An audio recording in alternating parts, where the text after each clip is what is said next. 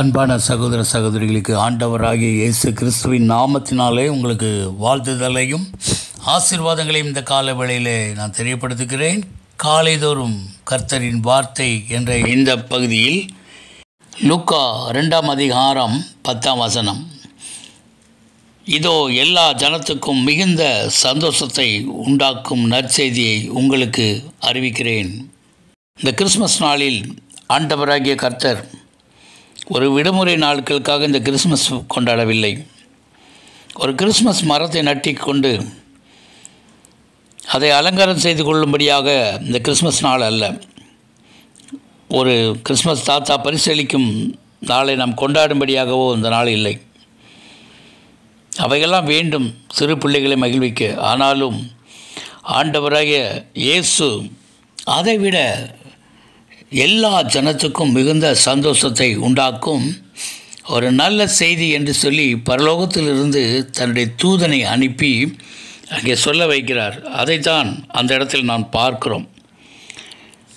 ஆண்டவராகிய கர்த்தர் பிறந்த நாளை மனிதனாக, இயேசு கிறிஸ்து மனிதனாக பூமியிலே பிறந்த நாள், பூமியிலே வாழும் மக்களுக்கு ஒரு நற்செய்தி, மிகுந்த சந்தோஷத்தை உண்டாக்குகிற நற்செய்தி. எபிரேயர் 2:14 சொல்லுகிறது, பிள்ளைகள் மாமிசத்தையும் இரத்தத்தையும் உடையவர்களாக இருக்க அவரும் அவர்களைப் போல் ஆனார். தேவாதி தேவன் மனுஷ ரூபம் எடுத்த நாள் கிறிஸ்மஸ் நாள். அது மாத்திரமல்ல, தேவன் தன்னுடைய அன்பை வெளிப்படுத்தினார். யோவான் புஸ்தகம் 3ஆம் அதிகாரம் 16ஆம் வசனத்தில் நாம் பார்க்க முடியும். தேவன் தம்முடைய ஒரே பேரான குமாரனை விசுவாசிக்கிறவன் எவனோ அவன் கெட்டுப்போகாமல் நித்திய ஜீவனை அடையும்படிக்கு அவரை தந்தருளி இவ்வளவாய் உலகத்தில் அன்பு கூர்ந்தார். பரலோகத்தின் தேவன் மனிதர்கள் மேலே அன்பு கூர்ந்து தன்னுடைய சொந்த குமாரனை அவர் நமக்கு அனுப்பினார். அதை தான் நாம் இந்த நாளில் கிறிஸ்மஸ் என்று நாம் கொண்டாடி கொண்டிருக்கிறோம். இயேசு இந்த பூமியிலே பிறவாமல் இருந்திருந்தால் என்ன நடந்திருக்கும்? பிசாசின் கிரியைகளை அழிக்கும்படியாக வெளிப்பட்ட தேவகுமாரன் இயேசு கிறிஸ்து. இயேசு கிறிஸ்து இந்த பூமியிலே பிறவாவிட்டால் சாத்தானின் தலை நசுக்கப்பட்டு இருக்காது. கொடிய மூட பழக்க வழக்கங்கள் நம்மை விட்டு மாறி இருக்காது. பாவத்திலிருந்து விடுதலை அடைந்திருக்க முடியாது. இரட்சிப்பை நாம் பெற்றிருக்க முடியாது. பரலோகத்தின் பாதையை கண்டிருக்க முடியாது. மரண பயம் நம்மை விட்டு நீங்கியும் இருக்காது. இதைத்தான் மாற்றும்படியாக தேவனாய் கர்த்தர் இந்த பூமியிலே பிறந்தார்.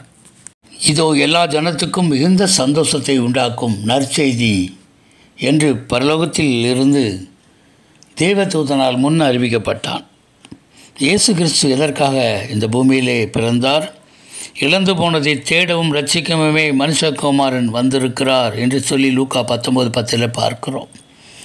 நானோ அவைகளுக்கு ஜீவன் உண்டாயிருக்கவும் அது பரிபூர்ணப்பட வந்தேன் என்று இயேசு யோவான் 10ஆம் அதிகாரம் 10ஆம் வசனத்தில் சொன்னார்.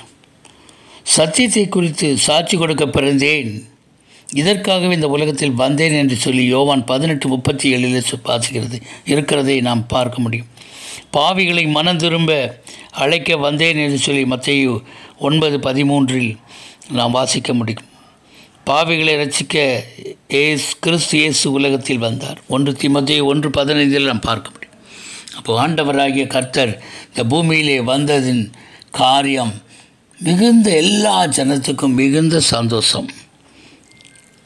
ஒரு பரலோகத்தின் தேவன் பூமிக்கு இறங்கி வந்து நம்மை சந்தோஷப்படுத்தும்படியாக அவர் விரும்பினார், வந்தார். அந்தகாரத்திலும் மரண இருளிலும் உட்கார்ந்திருக்கிறவர்களுக்கு வெளிச்சம் தரவும், நம்முடைய கால்களை சமாதானத்தின் வழியில் நடத்தவும் அவ்விரக்கத்தினாலே உன்னதத்தில் இருந்து தோன்றிய அருணோதயம் நம்மை சந்தித்திருக்கிறது. இதைத்தான் நாம் இங்கே பார்க்க முடியும்.